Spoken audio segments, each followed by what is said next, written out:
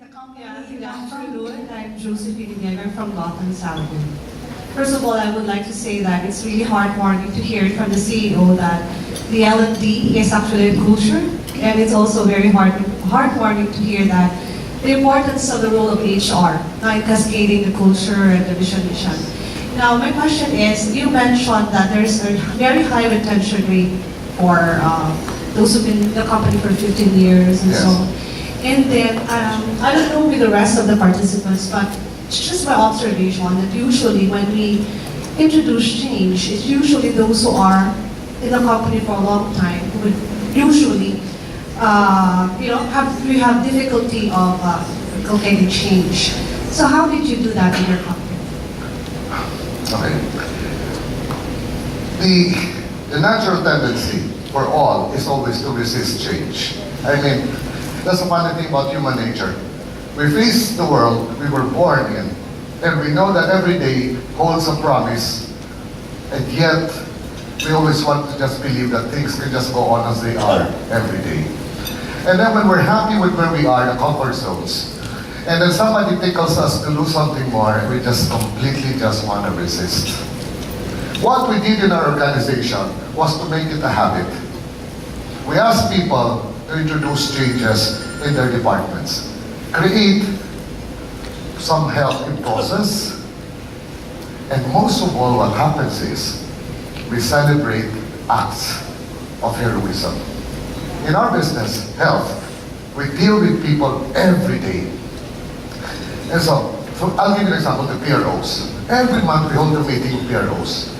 And every month I would receive letters all over the country praising PROX for their support, etc.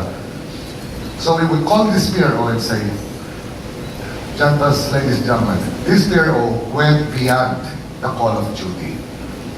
One instance, for example. This PRO assisted a wife whose husband was rushed to the hospital, very ill. The husband passed away. The wife couldn't leave the husband, and so asked the PRO if she could sit with the body until they could gather their family and the resources. And our PRO was sitting there for 4 hours with the body.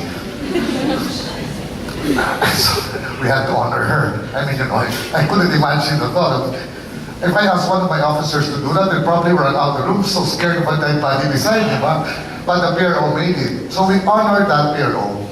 And every time now there's a session, there's an honoring of people who did something beyond call. And so people began to expect, what can we do better? How can we now have a sense of contribution also? So the organization began looking every day for some sense of change, minuscule as it may be, but it was more of the attitudinal change, that they were going to embrace change, but selectively, because you cannot embrace all change. Because not all change is going to be good.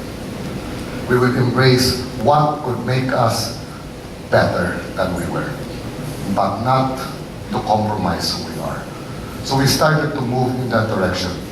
Our average age today of this 1,500 is probably 25 years old. It's not difficult to change.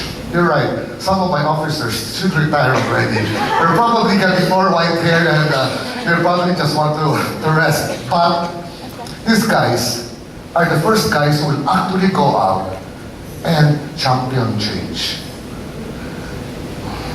Second, I love change. Because why? I hate monopoly. I like my competitors to survive.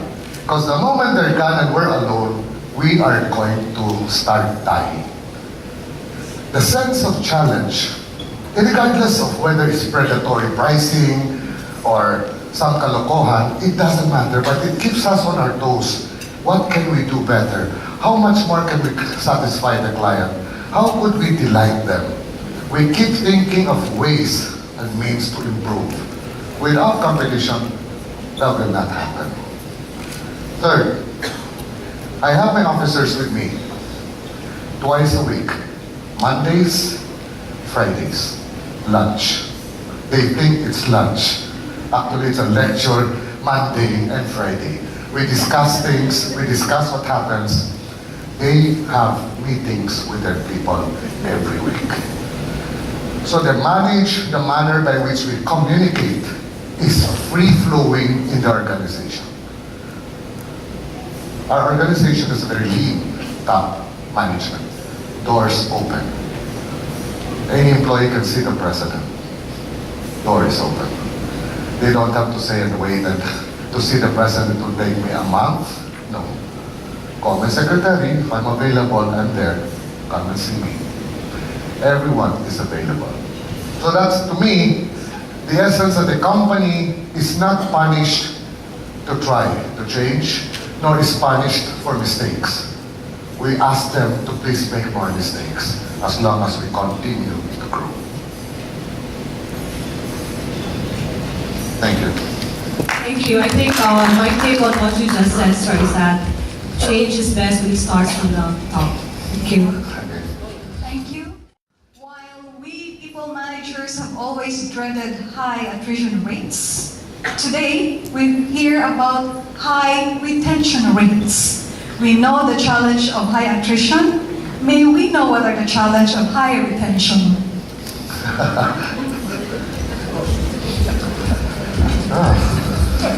Well, for one thing, it's difficult to teach all the tricks. Could there be any other? I didn't say that. Gentlemen, I never said that. No.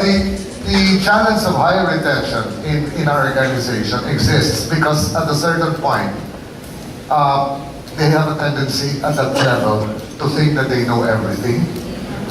So the sense by which they still want to grow is stunted. What I do, they don't realize it. I do,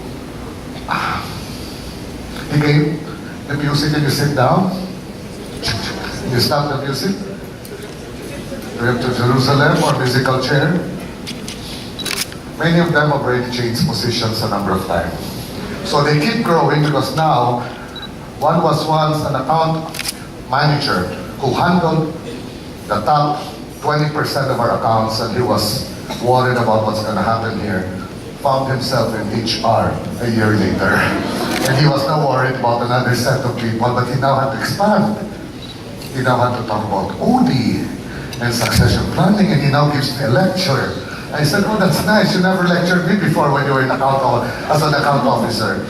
So we do move people around to keep the juice flowing. Because if you really get tired at a certain level of position, and you feel there's no more challenge to it, then you yourself will already start signaling the course of change. It might either dissipate an energy towards change. We would not want to do that. And what we did, secondly, was to create an additional or two corporations, sisters to Intellicare, so to speak, so that they can now be given higher levels of responsibility there, because now they can take care of a new quote-unquote company. Yes, I would have to okay, please. Good afternoon. I'm Jonix from Benchmark. Yes. I have my question starts with the letter T from Al, transfer of knowledge. And hold on. Letter D. Yep, transfer of knowledge. So you mentioned about rotation. Transference. Okay, got it. What? Right, rotation of roles or positions, and I think one of the challenges there is Yes. Transfer of knowledge. So what methods did you use or processes in order to keep the knowledge and quality while rotating your people, and how did you make it successful? Thank you very much. The thing about transference is that people have to believe, first and foremost, that what they're getting in terms of the message, what they're getting in terms of the knowledge, is coming from someone who truly cares, who truly wants to make a difference. Let me put it in this way. We have one major competitor. Their average tenure of their officers is 3 years. Siguro may quota, 1 or 2 years, they don't get their quota, they're fired. So they get another set of officers. And I look at the organization and I say, These officers are going to point to their mission and vision. What are they really talking about, mission, vision? You know, I mean, these are just words, these are just lines that people say. They were never part of it, they never bought into it, they were just hired today. And so when somebody says, here I'm transferring this information, this knowledge, how will I know that you truly care when I'm not even sure you're going to be here? The essence of transfer is first and foremost trust. To me, trust is the essential ingredient to all relationships. You cannot talk about relationships unless you first begin with trust. And trust comes from seeing people in action, that they have integrity, that what they say, they do, and what they do, they say. How can you transfer anything if that bridge isn't there? What we have done in our organization is a study of the transfer because of trust. All of us will walk the extra mile any day. None of us charges our company for overtime, though they do overtime. Why? I go to Cebu, I go to Bacolod. Yung word na pagmamalasakit, I don't know, Al, if you know that. Pagmamalasakit is a Filipino word. It's the sense of sacrificing for the company far beyond the call of duty and salary. It is because they identify with the culture. In the company, it became so close ang mga tao. We became so close that we have now, they developed, I don't know, it suddenly just was born years ago, it became a family culture. People were protecting one another. Somebody dies, letter would go around the whole organization. An envelope would come out, and everybody just came in with $100, $50. It became a family organization. So when people were teaching other people, there was a sense of belief in what they were doing, but it was because we were going to do this and we're going to make our company stronger and better. And the sense of pride, I would have to tell you, the sense of pride is something you can never buy. The pride that they have working for an organization that they can identify with. The hardest part is looking for the cord that will connect you and I, despite our difference of age, these are differences in lifestyles. What connects us are eternal bonds of our humanity.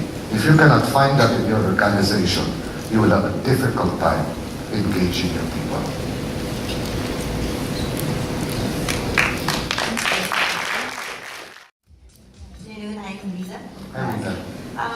How do we, because not all of us are actually blessed with CEOs like you who believe that L&D is a culture.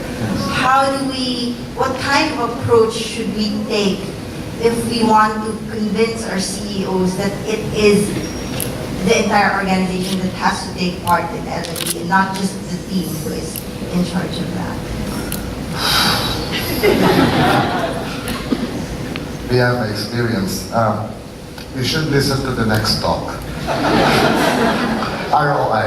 You know, all CEOs, and I'm included as one of them, we always love ROI. What is my return on investment? We have scarce resource in the organization. We have to expend these resources for maximum benefit and impact. You're now asking for an allocation.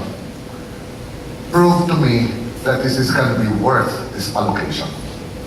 Isn't that CEO thinking? Ganon yung CEO. Cost-benefit analysis, give me my returns. We want achievement and results. So that's, for us, training that really works. Because it doesn't come out to achievement and results. What is training for? If you have to convince the CEO, then are you convinced that you can bring to him an ROI to the training? Are you convinced that if you can get the people engaged, that your quality and that the efficiency of your service will improve by 10%? Commit yourselves to your CEO that if you can do this, can he fund you because this is for our people, for our organization.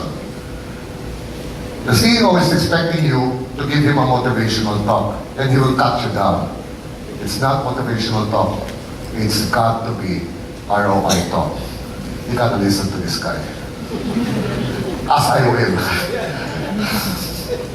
But that's true. You have to understand where CEOs are coming from. You have to report to the board. The expenditures are approved by the board. Strategic planning ends up with budget for the year.